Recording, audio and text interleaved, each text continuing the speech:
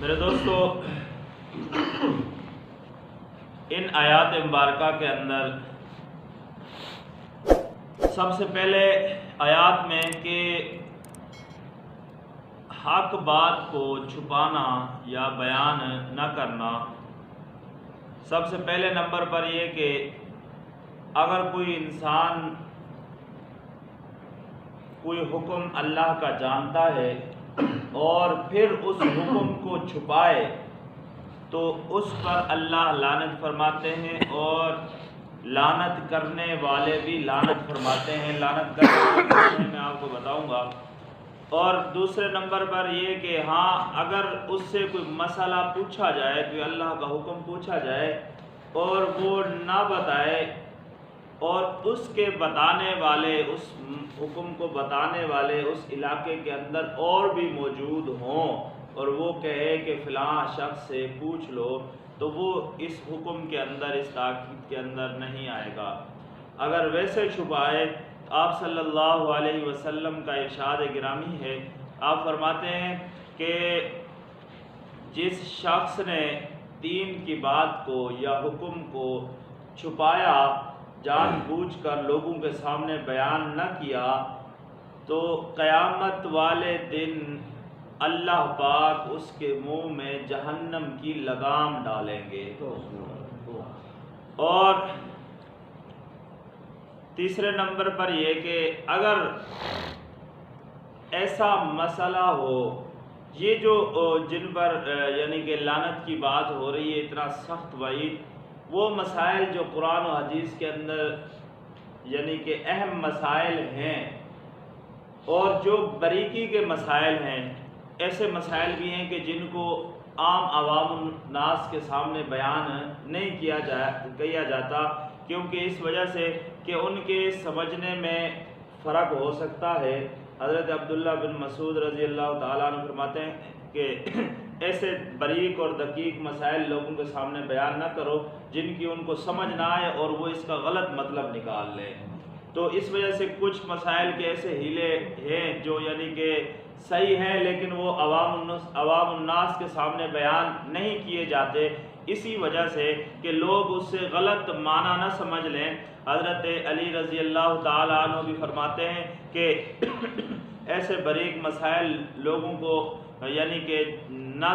بتاؤ کہ جس کو جو مسئلہ سمجھنے کی ہر انسان کو طاقت نہ ہو، اور وہ مسئلہ یا وہ حکم اسے سمجھ میں نہ آئے اور وہ اس پر بحث مباحثہ کرے، یہاں تک کہ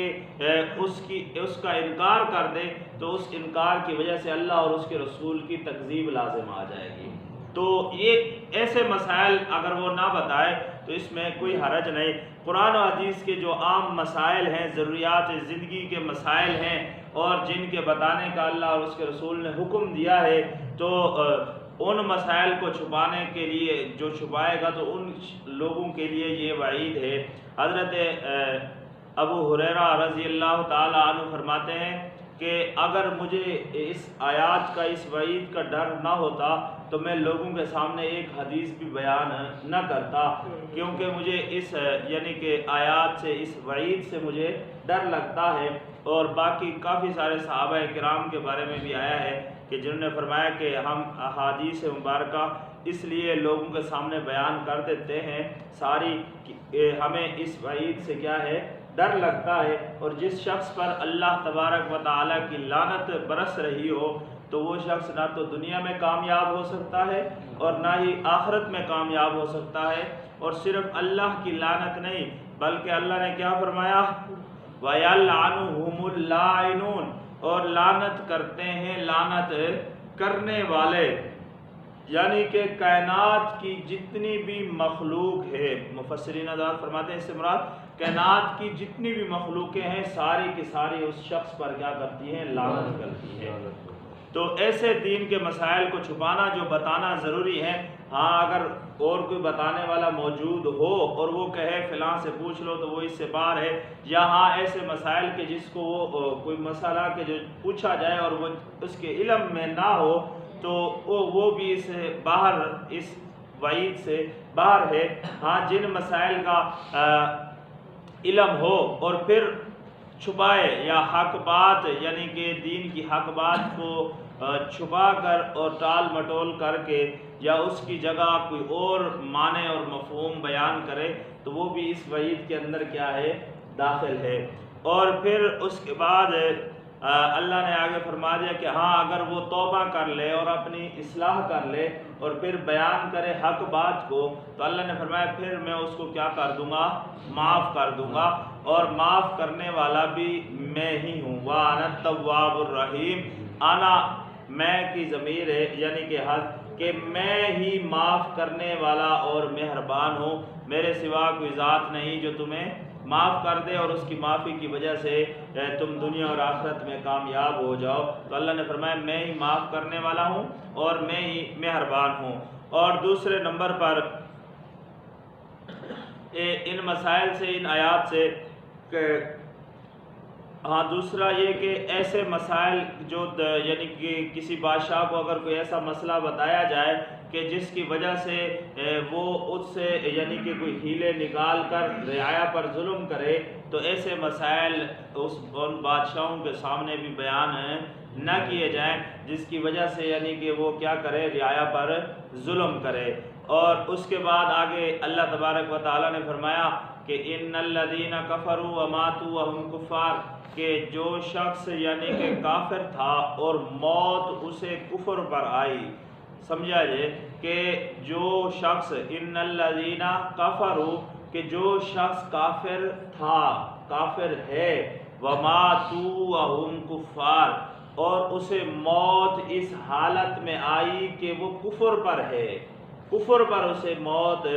آئی، اولئک علیہم لعنت اللہ والملائکۃ والناس اجمعین، تو اللہ کی بھی لعنت ہے اس پر اور ملائکہ کی بھی لعنت ہے، والناس اجمعین اور کائنات کے تمام لوگوں کی بھی لعنت ہے اس پر۔ تو یہاں پہ یہ بات سمجھنا کہ اب اللہ نے یہاں پر کیا فرمایا کہ جو کافر ہے اور موت بھی کفر پر آئی ہے تو اس پر کیا ہے؟ لعنت ہے۔ تو معلوم ہوا یہ لعنت والا الفاظ اور یہ لعنت اتنی سخت ہے کہ یعنی کہ اگر اس کا کفر ہونا معلوم نہ ہو، اس کی موت یعنی کہ کفر پر آئی ہے معلوم نہ ہو، تب بھی آپ اس پر لعنت نہیں کر سکتے کہ جب تک آپ کو ظن غالب نہ ہو جائے کہ اس شخص کی موت کیا ہے؟ کفر پر آئی ہے۔ باقی جن پر اللہ کے حبیب صلی اللہ علیہ وسلم نے لعنت بھیجی ہے، جو مشرکین تھے جن کی موت کفر پر آئی، تو آپ کو ان کا علم تھا کہ یہ ان کی موت کیا ہے؟ کفر پر آئی ہے، تو ان پر لعنت بھیجنا کیا ہے؟ ٹھیک ہے۔ باقی جن کے بارے میں علم نہ ہو اور ان پر لعنت بھیجنا ٹھیک نہیں ہے، یعنی کہ یہ اتنا سخت لفظ ہے لعنت والا۔ یہ تو کافر کے بارے میں ہے کہ وَمَاتُوا وَهُمْ كُفَّارٌ، کہ اگر وہ اس کو موت اس کفر پر آئے، یعنی کہ اگر کفر پر اس کو موت نہ آئے، تمہیں معلوم نہیں ہے کہ یہ کافر مرا ہے یا مسلمان ہو کے۔ کئی کافر ایسے کہ جو 60 70 سال کفر کی حالت میں رہے، لیکن موت کے وقت اللہ نے انہیں ایمان کی دولت سے نواز دیا اور وہ ایمان کی دولت پا کر دنیا سے چلے گئے۔ تو اب ہمیں اگر معلوم نہیں ہوگا کہ اگر ہم نے سمجھا یہ کفر پر تھا اور وہ اسے موت آئی کس چیز پر؟ اسلام پر، تو ہم اگر اس پر لعنت کریں گے تو ہم گناہ گار ہوں گے۔ اور پھر اس کے بعد دوسری جو عام ہمارے معاشرے کے اندر رائج ہے کہ یہ تو کفر پر یعنی کہ لعنت کا اللہ فرما رہے کہ اگر تمہیں معلوم نہ ہو، ہم تو مرنا تو دور کی بات ہے، زندہ انسانوں کو لعنت دیتے پھرتے، مسلمان کو لعنت دیتا ہے۔ اور صرف یہ نہیں کہ میں لعنت کا لفظ استعمال کروں تو وہ لعنت ہوگی، نہیں، کیونکہ جو الفاظ لعنت کے معنی پہ آتے ہیں، جیسے یعنی کہ کسی کو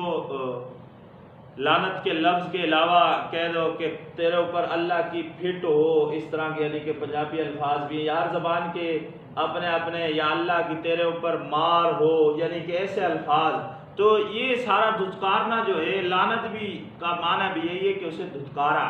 ٹھیک ہے۔ تو ایسے الفاظ، اور خاص کر آج کل ہماری عورتوں کے اندر یہ چیز کافی زیادہ پائی جاتی ہے کہ ہم بات بات پر عورتیں ایک دوسرے کو یعنی کہ لعنت دیتی، ضروری نہیں کہ آپ پانچ بنا کے اس کو لعنت دیں، زبان سے جو کہہ دیتا ہے کہ تیرے اوپر لعنت ہو تو یہی لعنت ہے، لعنت اسی کو کہتے ہیں۔ تو لوگوں کے اندر بھی کہ ہم اگر دو دوست آپس میں گپ شپ لگا رہے ہوتے ہیں تو ہم اس گپ شپ کے اندر پتہ نہیں کتنی مرتبہ ایک دوسرے کو لعنت دے چکے ہوتے ہیں، تیرے اوپر لعنت ہے، تیرے اوپر لعنت ہے۔ تو ہم تو یہ سمجھتے ہیں کہ شاید یہ کوئی معمولی سی چیز ہے۔ میرے دوستو، یہ کوئی معمولی چیز نہیں۔ اب لفظ لعنت کا استعمال کرے یا اپنی زبان میں کوئی ایسا لفظ استعمال کرے جس کا معنی لعنت میں آتا ہو، جیسے اب یہ تو نہیں کسی نے طلاق دی اور کہے کہ میں اپنی بیوی کو کہ میں تمہیں طلاق دیتا ہوں اور اسے طلاق واقع ہو جائے، اور وہ بیوی کو دوسرے معنی میں کہے کہ تو میرے گھر سے نکل جا، اور دل کے اندر ارادہ یہ کہ میں تجھے طلاق دیتا ہوں، تو وہ